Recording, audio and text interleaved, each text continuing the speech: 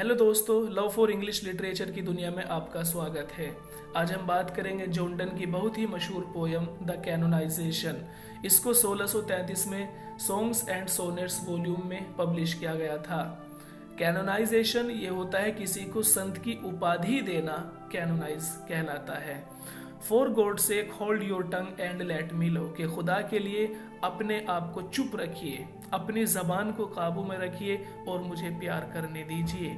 और child my palsy और माई crowd, और आपको अगर कहना है तो मेरे आप पैरालाइज की, पालसी बोलते हैं पैरालाइज की बीमारी है ना, और गाउट बोलते हैं जोड़ों का दर्द। तो आप मेरे पैरालाइज की बीमारी को जो चाहे कहें, मेरे जोड़ों के दर्द को आप जो चाहे कहें। माई 5 ग्रे हेयर्स, और मेरे जो 5 ग्रे बाल हैं हेयर्स हैं, आप उनको जो चाहे कहें। और रूइंड फॉर्च्यून फ्लाउट, या मेरी बदकिस्मती, रूइंड फॉर्च्यून बदकिस्मती, या मेरी बदकिस्मती पर आपको जो कहना है आप कहें। लेकिन आप भी कुछ करें विद वेल्थ योर स्टेट, आप भी स्टेट को इकट्ठा करें, पैसे इकट्ठा करें।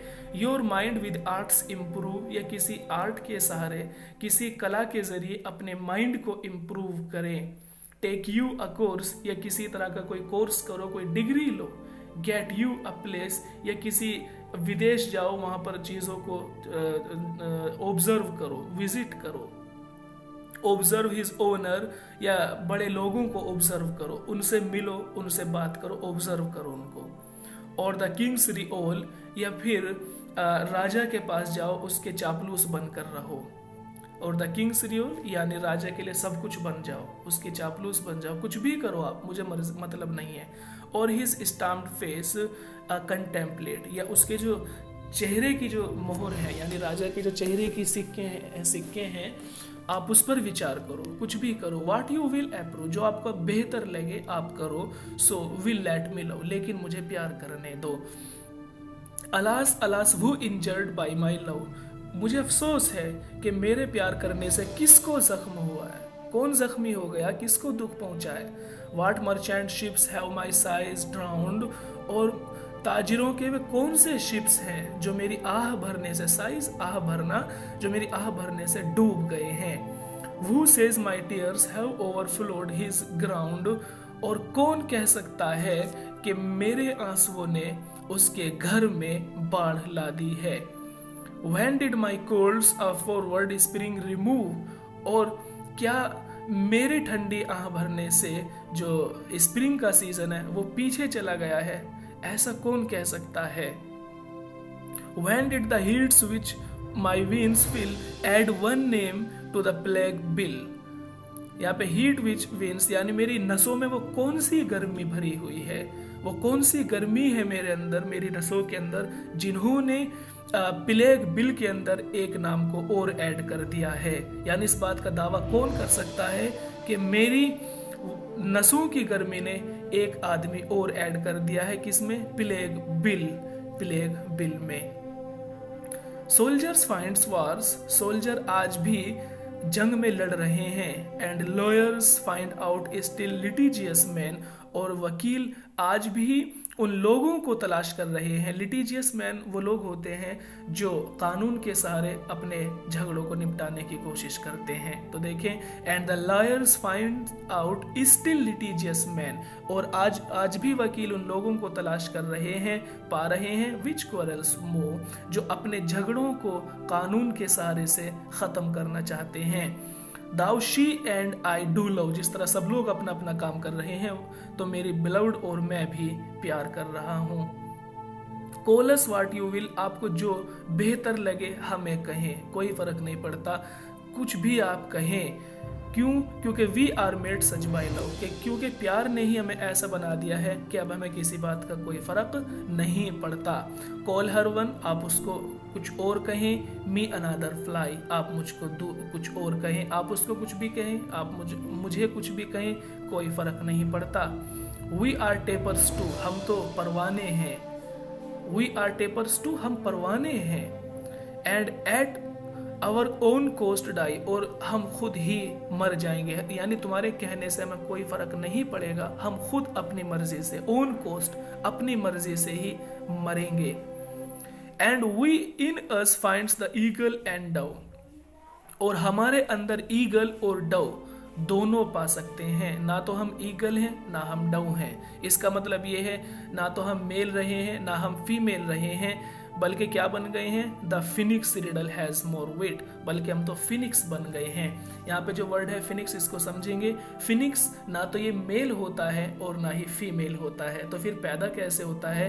तो दोस्तों जब ये मर जाता है, फिनिक्स जब मरता है तो इसी की राख से, इसी के मरे हुए शरीर से एक दूसरा फिनिक्स पैदा हो जाता है। तो ये कह रहा है कि ना तो हम ईगल है ना डव है, यानी ईगल मेल होता है और डव फीमेल के लिए बोला कि ना तो हम मेल है ना हम फीमेल हैं, बल्कि हम क्या बन गए हैं, फिनिक्स, कि हम फिनिक्स हैं जो खुद ही पैदा होंगे, खुद ही मर जाएंगे।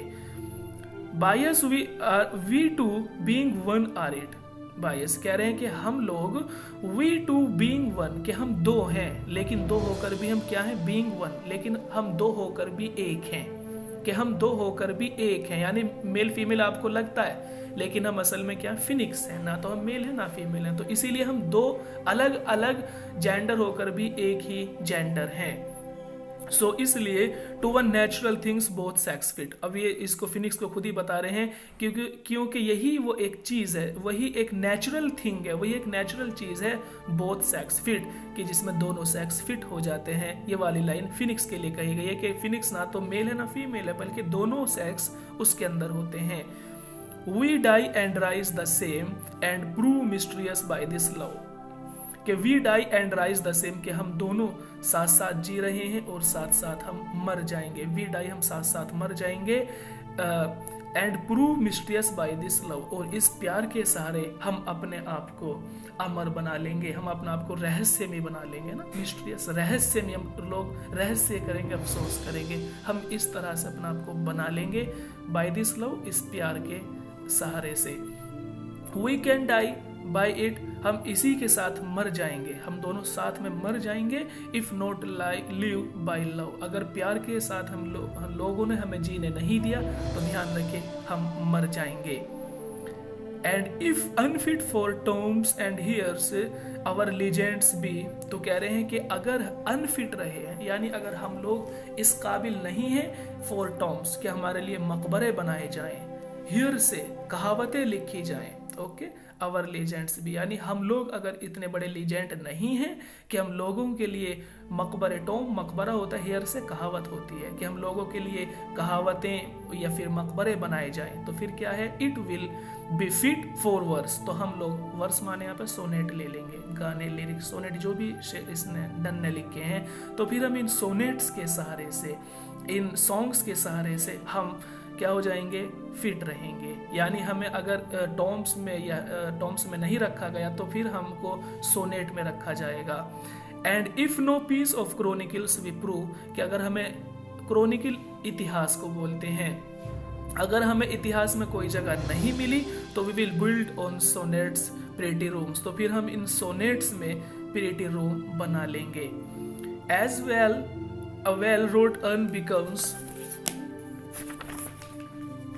becomes the greatest ashes, और अगर हमारी राख को, ओके, यहाँ पर वेल रोट अर्न, यहाँ पर अगर हमारी राख को बड़े बड़े कलश में नहीं रखा गया, ग्रेटेस्ट एशेस यानी बड़े बड़े लोगों की तरह अगर हमारी राख को, यहाँ पर अर्न आता है घड़े के लिए, नहीं रखा गया, यानी बड़े लोगों की तरह हमारी राख को घड़े में नहीं रखा गया, तो एज हाफ एकर टॉम्स, अगर हमारी कब्र पर बड़े बड़े टॉम्स नहीं बनाए गए, एंड बाय दिस हाइम्स, तो फिर इन हाइम्स के जरिए, इन हाइम्स के सहारे, all shall approve us canonized for love, हम अपने आप को कैनोनाइज कर लेंगे, इस प्यार के सहारे ही हम अपने आप को कैनोनाइज कर लेंगे, यानी हमें कोई फर्क नहीं पड़ता कि इतिहास में जगह मिले या ना मिले, हमारी अस्थियों को बड़े बड़े कलशों में रखा या ना रखा जाए, हमारे कब्रों पर बड़े बड़े मकबरे बनाए जाए या ना बनाए जाए, बल्कि हम तो इन हाइम्स के जरिए, इन भजन के जरिए अपने आप को कैनोनाइज्ड अप्रूव कर देंगे, कि हम तो केवल पुजारी थे, ना सत्ता के ना किसी चीज के, बल्कि हम किसके कैनोनाइज्ड हैं, किसके पुजारी हैं, लव के। एंड दस इन्वोक अस, और फिर वो लोग हमें याद करेंगे, वो लोग हमारे आने वाली पीढ़ी हमें याद करेगी, यू whom reverent love, कि ये तुम वो लोग हो, तुम वो लोग हो जिन्होंने प्यार को पूजा है। रिवरेंट होता है पूजा करना, मानना, आस्था रखना, कि तुम वो लोग हो जिन्होंने सिर्फ और सिर्फ प्यार में आस्था रखी है, प्यार को ही पूजा है। मेड वन अनादर हर्मिटेज, और तुम एक दूसरे के लिए सन्यासी बन गए थे। तुम्हें कोई क्या कहे कोई फर्क नहीं पड़ रहा था। हर्मिटेज, हर चीज को छोड़कर प्यार करना, हर चीज को छोड़कर किसी काम में लग जाना, कि तुमने हर काम को छोड़कर एक दूसरे से, मेड वन अनादर, एक दूसरे के लिए तुम हर्मिटेज बन गए, यानी सन्यासी बन गए। हर चीज छोड़कर एक दूसरे को तुमने चाहा। You to whom love was peace, और तुम वही लोग हो जिनके लिए लव क्या बना हुआ था, पीस था, यानी प्यार एक कंफर्टेबल चीज था। हर चीज उनके लिए बेकार थी, केवल लव ही था जो उनको आराम देता था। दैट नाउ इज रेज, लेकिन आज प्यार गुस्से का कारण बन रहा है। Who did the whole world soul exact and drew into the glasses of your eyes? कह रहे हैं कि तुम वो लोग हो, who did the whole world soul extract, कि जिसने पूरी दुनिया को बिल्कुल यानी अच्छे से देखा, पूरी दुनिया को तुमने अच्छे से देखा, बेहतर तरीके से देखा, and drew into the glasses of your eyes, अपनी आंखों से, यानी अपनी आंखों से तुमने पूरी दुनिया को देखा था। And so made such mirrors, और तुमने इस तरह से पूरी दुनिया को ऑब्जर्व करके अपनी सोनेट को ऐसा लिखा जो क्या बन गई है, एक मिरर बन गई है। किनके लिए, आने वाली नस्लों के लिए। जो आने वाली नस्ल है वो तुमसे सबक लेगी, ठीक है, कि तुमने पूरी दुनिया को बिल्कुल एग्जैक्ट समझा, अपनी आंखों से, अपनी खुली आंखों से तुमने दुनिया को देखा, और जब तुमने लिखे सोनेट लिखे तो वो क्या बन गए हैं, सो मेड सच मिरर्स, तुमने अपनी सोनेट को इस तरह का आईना बना दिया, एंड सच स्पाइस, इस तरह की चीजें बना दी हैं, what they did all to you epitomize, कि जिसने तुम्हें हर चीज के लिए याद रखने के लिए बना दिया है, यानी जो भी तुम्हारी इन सोनेट को पढ़ेगा वो तुम्हें याद करेगा। एपिटोमाइज होता है किसी चीज को शॉर्ट कर कर बताना। तो इसमें कह रहे हैं कि तुमने अपने सोनेट्स में, है ना, हर चीज को एक छोटा करके रखा है, लेकिन जो भी रखा है पूरे ऑब्जर्वेशन के साथ में रखा है।